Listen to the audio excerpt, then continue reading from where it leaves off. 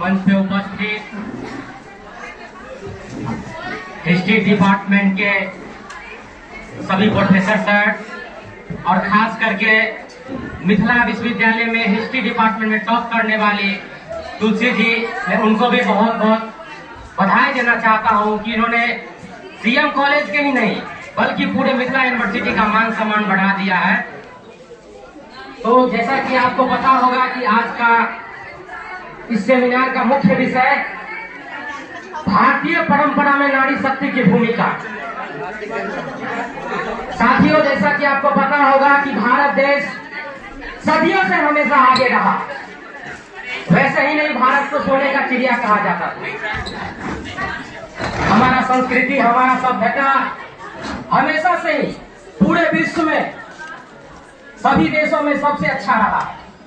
दोस्तों, जैसा कि आपको पता होगा कि सृष्टि का निर्माण ब्रह्मा जी के द्वारा किया गया, लेकिन जब ब्रह्मा जी सृष्टि का निर्माण कर रहे थे तो उन्हें लगा कि इस सृष्टि का मूल आधार अगर कोई होगा तो नारी शक्ति ही होगा।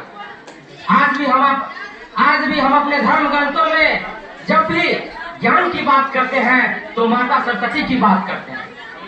जब भी हम शक्ति की बात करते हैं तो आदि शक्ति माँ जगदम्बा की बात करते हैं। जब भी हम धन की बात करते हैं तो माता लक्ष्मी की बात करते हैं। हमारे पुराणों और धर्म ग्रंथों में भी महिलाओं का काफी उल्लेख किया गया और इस तरीके से उल्लेख किया गया है जिनको हम हमेशा पूजनीय कहते हैं, वंदनीय कहते हैं। जैसा कि आपको पता होगा कि दुनिया का पहला लिखित ग्रंथ वेद को माना जाता है। उन वैदिक पीरियडों में मैत्री, गार्गी, अपाला, लोपामुद्रा जैसे विदुषी महिलाओं का नाम देखने को मिलता है। साथियों, उसके बाद आपको पता होगा कि आप महाजनपद काल या मौर्य काल, गुप्त काल में हमें उन महिलाओं का उल्लेख नहीं मिलता है जो कि काफी महान कहलाती है। लेकिन समय बदलता रहा। मध्यकालीन भारत में आपको मीराबाई के नाम देखने को मिलेगा, जिन्होंने अपने भौतिक मार्ग से समाज को एक नई दशा और दिशा दी। साथियों, रानी दुर्गावती को कौन भूल सकता है, जिन्होंने अपने शौर्य से, अपने बाहुबलों से उस मुगल राज्य को पराजित किया, उन महान राजाओं को पराजित किया जिन्हें उस समय भारत में लोहा माना जाता था। अकबर, जिनके सामने आने से बड़े बड़े राजा महाराजा डरते थे, उन मुगल शासक को, उन मुगल साम्राज्य को रानी दुर्गावती ने एक नहीं 3 बार पराजित किया। साथियों, समय बदलता रहा। उसके बाद आपको पता होगा कि 1857 की क्रांति कौन भूल सकता है। रानी लक्ष्मीबाई का वो शौर्य कौन भूल सकता है, जिन्होंने अंग्रेजों को छक्के छुड़ा दिए। हीरोज को कहना पड़ा कि जितने भी सोए हुए हैं उसमें एक अकेली कोई मर्द है तो ये रानी लक्ष्मीबाई।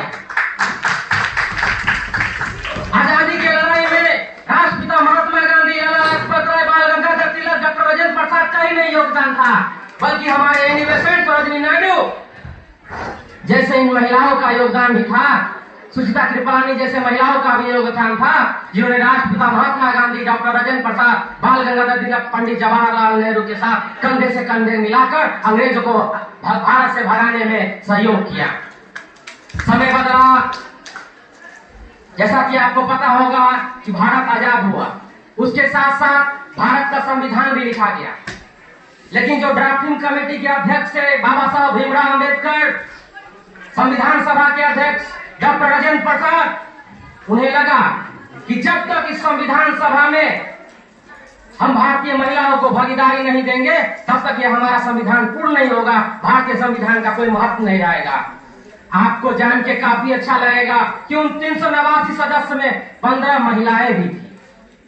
देश के प्रथम रेल मंत्री अरुणा आसफ अली हो या देश के प्रथम महिला प्रधानमंत्री श्रीमती इंदिरा गांधी जी भी हो। जब देश में अब लाल बहादुर शास्त्री जी के अचानक मौत होने के बाद ये लगा कि हम किसे अपना प्रधानमंत्री बनाएं। उस समय आपको पता होगा कि कांग्रेस के वरिष्ठ नेता के कामराज थे। उन्हें लगा कि कोई बात नहीं, पंडित नेहरू जी के तो देहांत हो ही गया है। क्यों ना हम इंदिरा गांधी जी को हम प्रधानमंत्री बना देते हैं। उस समय इंदिरा गांधी को पॉलिटिकल अनुभव कुछ नहीं था, राजनीतिक में कुछ ऐसा योगदान नहीं था कि इंदिरा गांधी को लोग जान सके, लेकिन फिर भी पंडित नेहरू जी की वो बेटी थी, इसीलिए उन्हें प्रधानमंत्री बनाया गया। सबको लगा कि कोई बात नहीं, सारा शक्ति तो हमारे ही पास होगा, ये गूंगी गुड़िया क्या कर लेगी। लेकिन जब इंदिरा गांधी प्रधानमंत्री बनी तो एक के बाद एक जो उन पर उंगली उठाते थे उनको साइड किया। और आपको याद होगा साल 1971 का युद्ध कौन भूल सकता है, जब पाकिस्तानी जनरल ये कह रहे थे कि इंदिरा गांधी तो सिर्फ एक मात्र महिला है, अभी इंदिरा गांधी शासन कर रही है, क्यों नहीं मौका पर हम भारत पर अटैक कर देते हैं और भारत को जीत लेते हैं। लेकिन शायद उन्हें नहीं पता कि भारत की महिला किसी से कम नहीं है। आपको पता होगा कि भारत के उस समय शक्ति इंदिरा गांधी ने न केवल पाकिस्तान को दो टुकड़े किए बल्कि अलग देश बांग्लादेश का निर्माण किया। और इतिहास में दर्ज है सबसे बड़ी शर्मनाक अगर किसी देश का हुआ है तो पाकिस्तान का हुआ है, जिसके 93,000 सैनिकों को उन्होंने बंधक बना लिया था। ये अगर किसी के काल में हुआ है तो एक नारी शक्ति के काल में हुआ है, एक जो नारी शक्ति उस समय देश का नेतृत्व कर रही थी। वेस्टर्न कंट्री कह रहे थे कि क्या भारत की महिलाएं क्या कर लेगी, ये सारा पावर तो हम वेस्टर्नों के पास है। लेकिन उनको शायद ये भूलना, उनको ये याद रखना चाहिए कि आपने वैसे ही नहीं महिलाओं का अधिकार दिया।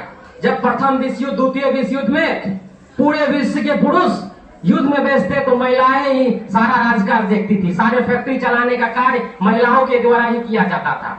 तो आपने वैसे ही नहीं महिलाओं का अधिकार दिया, व्यवस्था में उन्होंने महिलाओं का अधिकार दिया, बेबस होकर उन्होंने आपने महिलाओं का अधिकार दिया। लेकिन भारत एक ऐसा देश है जिन्होंने सदियों से अपने धर्म ग्रंथों में जितना महिलाओं को अधिकार दिया है, शायद हमको नहीं लगता है किसी देश के और महिलाओं को अधिकार दिया होगा।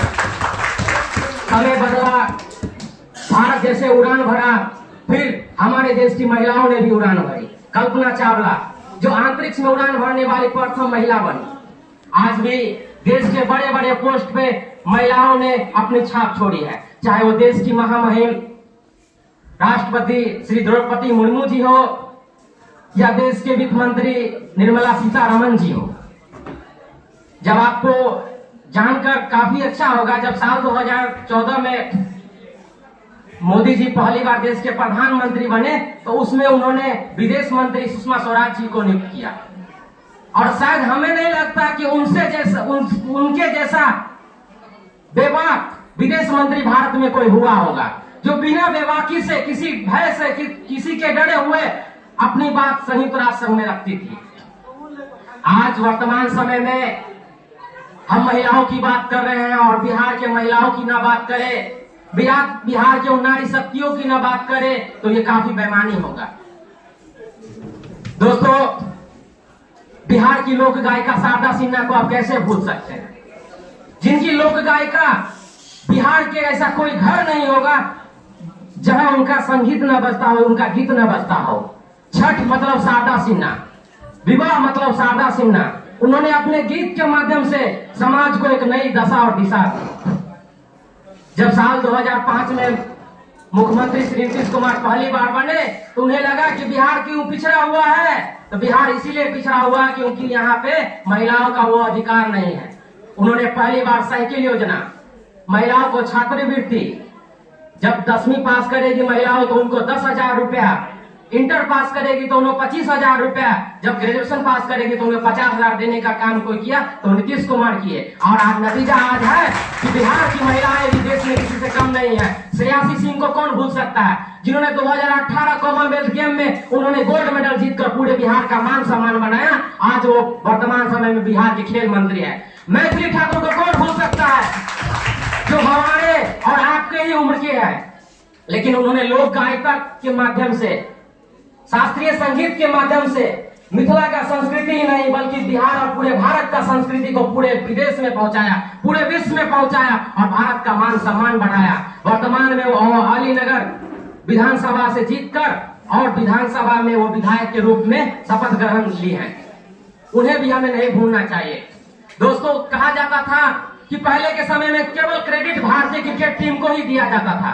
1983 में कपिल देव के नेतृत्व में भारत ने पहला वर्ल्ड कप जीता, लेकिन भारतीय महिलाओं ने कभी भी ऐसा काम नहीं किया था। लेकिन आपको जान के काफी खुशी होगा कि साल 2025 में भारतीय वुमेन टीम ने ओडीआई वर्ल्ड कप जीतकर सभी महिलाओं का मान सम्मान बढ़ा दिया है और ये नहीं कह सकता है कि भारतीय महिला क्रिकेट में कुछ नहीं कर सकती है।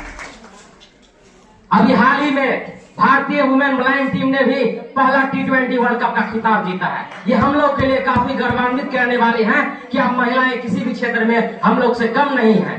बस यही है कि अब हम लोग को भी यह कर्तव्य बनता है कि महिलाओं को बराबरी का हक दे, उन्हें कभी भी कम न सचे, क्योंकि महिलाएं हमारे घर की माँ भी हो सकती है, महिलाएं हमारे घर की बहन भी हो सकती है, महिलाएं हमारे घर की पत्नी भी हो सकती है। ठीक बाकी महिलाओं को भी आप उसी समान समझे, तभी हमारा देश आगे बढ़ेगा, तभी हमारा बिहार आगे बढ़ेगा। इन्हीं बातों के साथ हम अपनी बातों को विराम देना चाहेंगे। जय हिंद, जय भारत, जय हिंद।